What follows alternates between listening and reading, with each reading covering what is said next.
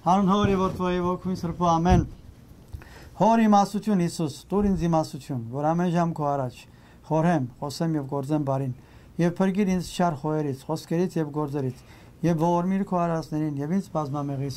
Ըստ գործս ծերած մերոց, ուղիղ արայի մեզ դեր եւ ըստ գործս ծերած մերոց, հաջողիա մեզ դեր։ Ամեն։ Ողջույն մեր սիրելի ժողովրդին, սկսում ենք քրիստոնեական դաստիարակություն հաղորդաշարը, մեր այս շրջանի ուրեմն հաղորդումները կապված են Հիսուսի հրաշքների եւ բժշկությունների հետ։ Մենք արդեն երբեմն խոսում ենք հրաշքների մասին, երբեմն բժշկությունների մասին, բայց սրանք կապված են իրար հետ երկուսը, որովհետեւ յուրաքանչյուր Հիսուսի բուժում, բժշկում հրաշքին համազոր է, որովհետեւ երբեմն ասենք կույրերին է աչքերը բացում, երբեմն դիվահարներին է բուժում, անդամալոզներին է ոտքի կանեսում, այնպես որ սրանք հրաշքներ են, որոնք այդ հրաշքների շարքից են։ Ուրեմն այս անգամ մենք պիտի խոսենք անդամալույցի բժշկության մասին եւ ես պիտի կարդամ ուրեմն Մարկոս ավետարանչի առաջին գլխից մինչև 12 համարը, բայց Մատթեոս ավետարանիչը ունի, Ղուկաս ավետարանիչը ունի, մենք ավելի նախընտրեցինք, որովհետեւ Մարկոսին է կարդանք, որ ավելի մանրամասն է։ Ուրեմն Մարկոսը առաջինից մինչև 12 համարը։ Մի քանի օր հետո երբ նա դարձյալ Կափառնաում մտավ, լուր տարածվեց թե տանն է, եւ շատեր հավաքվեցին այնպես, որ այլևս տեղ չմնաց ոչ իսկ դրան առջև։ Եվ նրանց քարոզում էր Աստծո խոսքը։ Եվ եկան նրա մոտ բերելով մի անդամալույցի, որին տանում էին 4 հոգով։ Եվ ամբողջի պատճառով Հիսուսին չկարողացան մոտենալ, քանդեցին երթիկ այն տան, ուր գտնվում էր նա, եւ բացելով առաստաղը իջեցրին այն մահիճը, որի մեջ էր անդամալույցը։ Եվ Հիսուս տեսնելով նրանց հավատը անդամալույցին ասաց. «Որդյակ, քո մեղքերը քեզ ներված են»։ Օրենսգետներից մի քանիսը, որ նստած էին այնտեղ, իրենց մտքում խորհում էին. «Այս ինչ է խոսում, այս սա հայոյում է։ Ով կարող է մեղքերին թողություն տալ, եթե ոչ միայն Աստված»։ Եվ Հիսուս իր հոգում իմացավ, որ այնպես է խորհում իրենց մտքում, ուստի ասաց. «Ինչու ձեր մտքում այդ եք խորհում, ո՞րն է ավելի դյուրին, անդամալույցին ասել քո մեղքերը քեզ ներված են, թե ասել վեր կաց, առ մահիճդ եւ գնա քո տունը։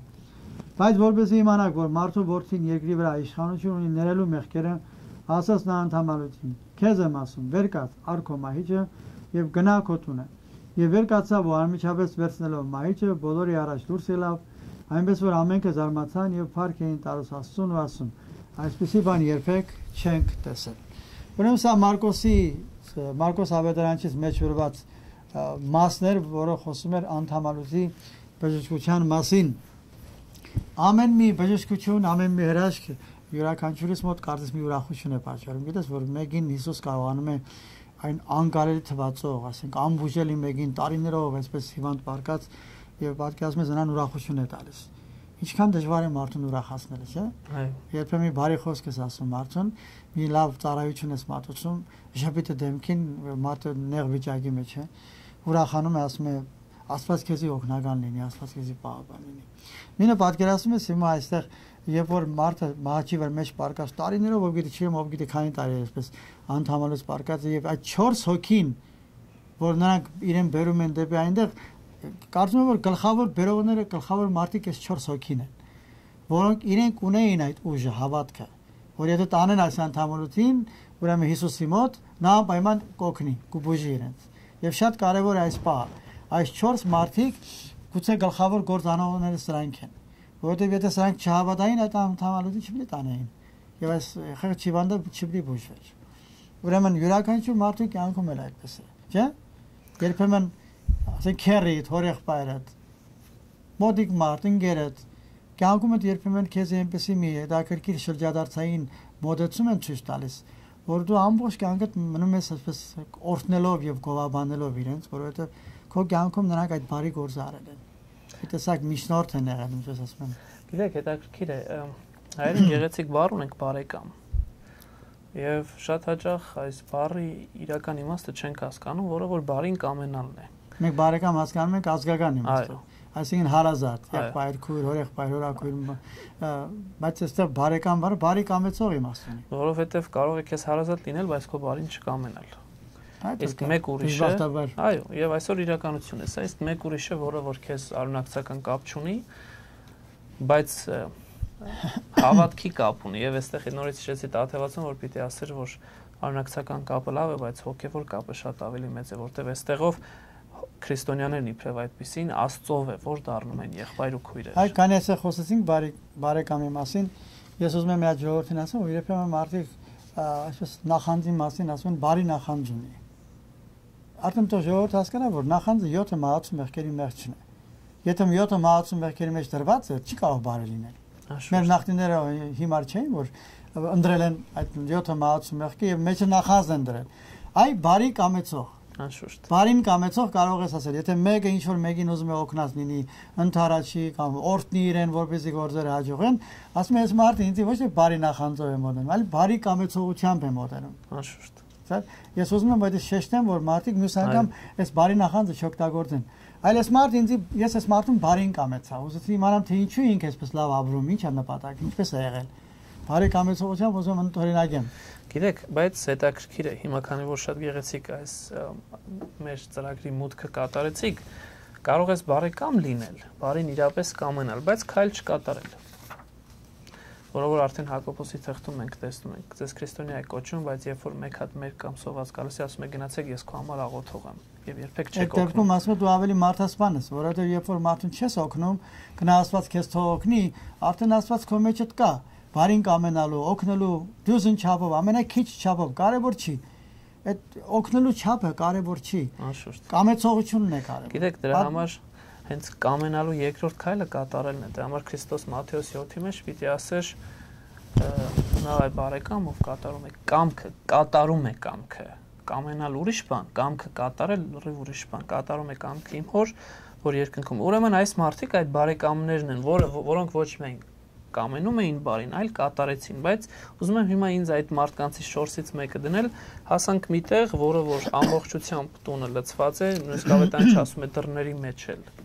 տեղ չկա, եւ անձինք մտել են ու կարող են այդտեղ կանգնել։ Եվ բնական է, որ ուրիշ հիվանդներ էլ կային, որոնք ուզում էին առաջնային բուժվեին, նրանց հնարավոր տեղ չտային, որպես ես անթամալություններ ստանեին։ Գիտեք, եւ դա կա եւ նաեւ կարող է երկրորդներ ավետարանից ելնելով Քրիստոս Աստծո արքայությունն է քարոզում եւ այնքան գեղեցիկ է խոսում, որ որովիցե մեկը միգուցե չի ուզում տեղել տա, մի պակ կտրվել իր խոսքից, որ շատ հնարավոր է։ Ինչ էլ լինի պարագան, ես ծանր այս անձին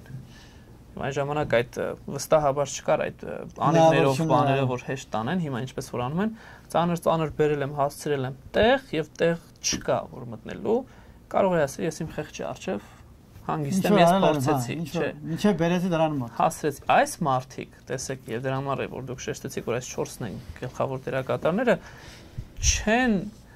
դադարում բարին կամենալու կատարելուց, այսինքն բարձրացնում են այս մարդուն 4-ով առաստաղ, որ ահռելի ուժու ցանկություն է պահանջում, եւ առաստաղը քանդելով հետո այդքանն էլ իջեցնում են ուղիղ Քրիստոսի մոտ։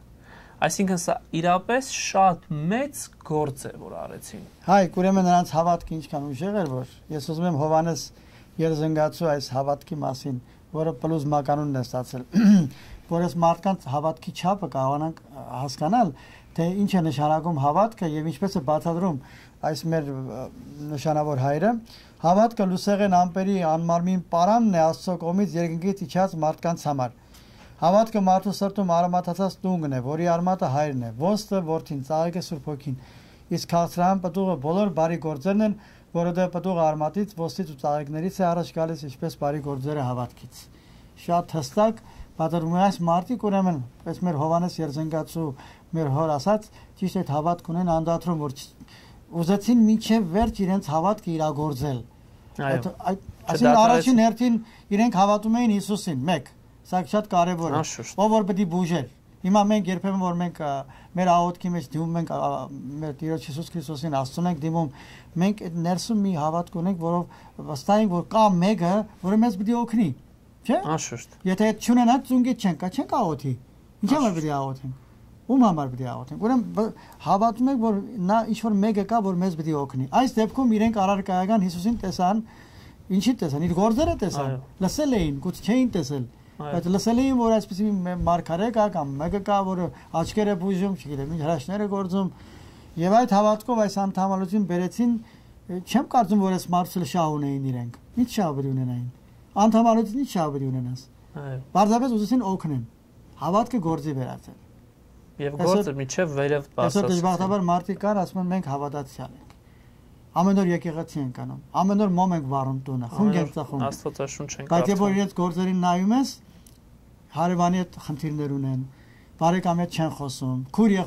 երեխաների հետ խնդիրներ ունեն։ Ուր մնաց ձեր հավատքը։ Ուր մնաց ձեր հավատացյալ լինելը։ Այո։ Ավելի պետք է հավատացյալ չունենամ, քան թե ունենամ։ Ես եկեղեցում եթե 20 հոգի ունենամ սրտանց աղոթով, հավատքով գործի վերածված մարդիկ ավելի ձեռնացել, քան 500 հոգի, որ անհավատ են, որ գալիս են ձևի համար ցույց տալու։ Ինչ պետք է անեմ դրանց։ Ես հարուստ եմ այն մարդկանցով, որոնք իրապես իրենց հավատքը գործի են վերածում։ Ինձ այն սկսալ, մինչև ամենապարզ մարդը վերջացած։ Ես էլ, ինչու ես զերծ չեմ։ Ինձ ինչպես են չափում։ Իմ շրջանի ժողովուրդը ինձ իմ հավատքը չափում են իմ կատարած հոգական գործերով։ Այդպես օդի մեջ միայն օրհնելով չի, կօրհնեմ, բայց այդ օրհնելու կողքին էլ կգնամ կօգնեմ։ Օրհնությունը դառնում է միջնորդ, Աստծո դիմում եմ Աստծուն, որպեսզի ինքը օգնի։ Բայց ես էլ փորձում եմ իվարանեմ։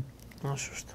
Ձերքս գլխին եմ դնում, ձերքը բռնում եմ, այն հավատքով, որ գուցե դա իրեն կօգնի։ Եվ իսկապես երբեմն օգնում են, որովհետև դիմացին այդ հավատքը ունի։ Տեր ջան, մի հատ ինձ օրհնի։ Ինչպես Քրիստոսին կույրը ասում է, խնդրում եմ բուժի ինձ, ասում եմ հավատում ես, որ ես քեզ կարող եմ։ Այս մարդիկ էլ ուրեմն այդ հավատքով մոտեցան։ Իջը վերև բարձրացրեցին Տեր այր, իրապես գեր մարդկային ճիք է պահանջում այսօր տան վերևը բարձրացնել 4 հոգով բարձրացնել վերև, այդտեղից էլ իջեցնել ներքև թելերով եւ այլ վստահ։ Եթե պատկերացու, եթե ամերիկացի մեկը լիներ այստեղի վիտամիններով սնված եւ անտամալուց վիճակի ինչ պետք է լիներ, չքան ծանր պետք է լիներ։ Այսինքն մինչև վերջ, ինչպես որ ասացիք, եւ ոչ միայն մինչև վերջ, այլ իրենց իսկ հաշվին փորձեցին դիմացինին օգնել եւ սա էր որ Քրիստոսին հենց իր բառերն են որ կարդացիք եւ երբ ասում է Քրիստոս եւ Հիսուս տեսնելով նրանց հավատը անդամալուծին ասաց որդյա քո մեղքերը քեզ ներված են այսինքն իրապես այդ հավատի գործնականացում ինչքան զորեղ էր ինչ մեղքեր պետք է ներեր Հիսուսը խեղ անդամալուծը պարկած ինչ մեղ պետք է գործած գիտեք հետաքրքիրն ինչ է մեղքի պարակային մտածեցին այդ օրենսգետները որոնք այնտեղ էին այն փարիսները որոնք ուզում էին Հիսուսին ինչ որ մի մեղ բռնեին որպեսզի դատապարտեին եւ նրանք իրենց մտքում մտածեցին թե ով է սա որ միայն Աստված կարող է մարդու մեղքերը ներել ինչպես կարող է նա ասենք այս սովորական մարդը մարդու մեղքերը ներել գիտեք հետաքրքիր իրապես 5 տականում մենք մի քանի տեղեր հանդիպում ենք այն մտքին այն համոզմանն ու խոսքերին որ Աստված է մեղքերը ներողը հստակ եւ իշխանություն ունի միայն Աստված է եւ այստեղ ուրիշ որևիցե մի այլ տարբերակ անգամ չի կարող լինել Աստված եւ վերջ բայց հենց այստեղ է որ Քրիստոս կարծես թե սկսում է բացահայտել իր աստվածային էությունը իր Աստված լինելը եւ հենց առաջի պահը սա է երբ որ ասում է որ քո մեղքերը քեզ ներված են եւ հետաքրքիր է ավետարանիչի բառերը նրանք սկսեցին մտածել իրենց մտքում թե ինչ է ասում հայոյում է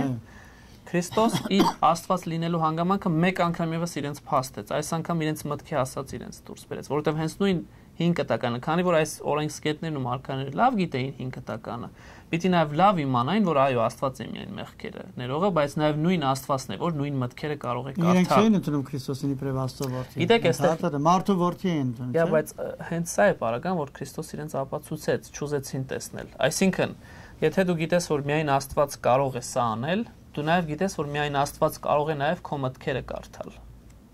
շատ հստակ է այս երկուսն էլ գիտես եթե ես այստեղ գիտեք ինձ իրապես այս միտքն եմ տալիս ձեզ որ ես Աստված եմ ես ներում եմ որտեվ իշխանություն ունեմ հետո պիտի ասի որտեվ կարող է ասել վերցրած մամահիճը դու գնա եւ այստեղ խնդիր չի ունենա ձեր հետ ընդհանրապես բայց ես ուզում եի որ դուք իմանաք սա նաև ես ձեզ փաստում եմ որ ես Աստված եմ այն առումով որ ես ձեզ մտքերը հենց հիմա կարդացի ու ձեզ ասացի այո բայց նաև առարկայական փորձ է ասած ձեր մտքերը կարդացի բայց ո՞րն է ավելի հեշտ մարդուն ասում մեղքերը ներված են թե ասում վերցում այժը դու գնա հիմա ես մեր շրջանն էլ պատկերացու որ մարդիկ առարկայական են մենք եկեղեցիներում որ ասենք մոմ են վառում մարդիկ եթե մի հատ սրբի նկար չդնենք մարդը մոմ չի վառի իր համար այդ սրբի նկարը ասենք Աստված ամոր նկարը կամ Հիսուսի նկարը այդ նկարը իրեն առիթ է տալիս որպես ինքը մոմ վառի բայց բովանդակությունը դա չի չէ Հիսուս երբ որ ասեց մեղքերը ներված են ինքը ուզեց առարկայական ցույց տալ ասեց հիմա ո՞րն է ավելի հեշտ որ ես իբրև Աստված ասեմ մեղքերը ներված են մաքրեմ իրեն նոր բուժեմ թե իրեն ասեմ վերցում այդը դու գնա առարկայական ցույց տամ ձեզ որ ես հրաշք եմ գործում Աստված եմ Աստծո որդին եմ Գիտեք, ի վերջո, որտեղ հրաշագործներ շատ կարան լինեն եւ եղել են եւ նույն ինքը Քրիստոս պիտի ասեր, որ կգան եւ շատ բազում գործեր կկատարեն իմ անունից անգամ եւ այլն։ Բայց մենք պիտի իմանանք, թե այդ հրաշքի յետևում ինչ կա, որտեղ կարող են ինչ արնել հրաշագործ հրաշքներ կատարի եւ շատ հաճախ լինում են այդպիսի դեպքեր էլ։ Ուրեմն այստեղ հրաշք կատարելը մեկ այլ բան, բայց հրաշքի զորությունը մեկ լրիվ ուրիշ բան։ Եվ այստեղ հստակ Քրիստոս ցույց է տալիս եւ դրա համար իրեն պիտի ասեի նույն հрьян, որ սա Բեղզեբուղով է անում։ Չարով է անում, այսինքն։ Եվ ինքը պիտի ասեր, որ այդպես չի, եթե այսպես է, ուրեմն ձեր որդիներն ինչով պիտի անեն, որտեղ նրանք ձեզ դատելու են։ Իսկ եթե Աստծո հոգին է, որ կատարում, ուրեմն դատաստանի օր հասել է։ Այսինքն կամ Աստծո արքայությունը մոտեցել է։ Հետևյալն էր միտքը, որ Քրիստոս շատ հաճախ, երբ որ ինքը ինչ-որ մի բան է ասում, ինքը փաստում է նաև, բայց մենք միշտ մեր ուզածն ենք ուզում տեսնենք։ Այդտեղի փարիսեցին այնտեղ ներկա էր լսելու Քրիստոսի քարոզը ոչ թե ստանալու ինչ-որ բան, այլ որպեսզի ինչպես որ ասացիք, ինչ-որ սխալ փնտրելու ու դրա վրա խոսելու։ Եվ երբ որ հակառակն է լինում, շատ հաճախ նույնը մեր եկեղեցուն են կատարում։ Գալիս են եկեղեցի կամ հաղորդումները մեր կարող են նայել որևիցե մեկի եւ միշտ կեղտը սխալը փնտրել։ Եվ դրականը չուզեն տեսնել։ Դրականը անշուշտ պիտի լինի, բայց երբեք իրենք չպիտի տեսնեն։ Բոլորս էլ մարդ ենք, սխալական ենք։ Մեր հաղորդումները կարող են ինչ-որ թերություններ ունի, բնական է, բայց եթե մարդկանց ինչ-որ մի լավ բան տալիս, ես օրինակ մարդկանց հետ որ հանդիպում եմ, չէ, իբրև հոգևորական, փորձում եմ այդ մարդու մեջ առաջին հերթին փնտրել լավը։ Եթե ունի թերություն, բնական է որ անպետք ունենան, ես էլ ունեմ։ Ես այդ թերությունը վերջում եմ ասում։ Երբ որ լավը գնահատում եմ, աշխատում եմ այդ լավը զորացնել, ավելի ցայտուն դարձնել, հրապարակային կլինի կամ մասնավոր կլինի կամ առանձին հանդիպումներով, հետո երբ որ բավական մտերմանում ենք, նորեն ասում գիտես ինչ կա, հայք, օրինակ այս թերությունը լավ չի։ Կարող ես մի քիչ այն լավերի կողքը սա էլ ավելացնել։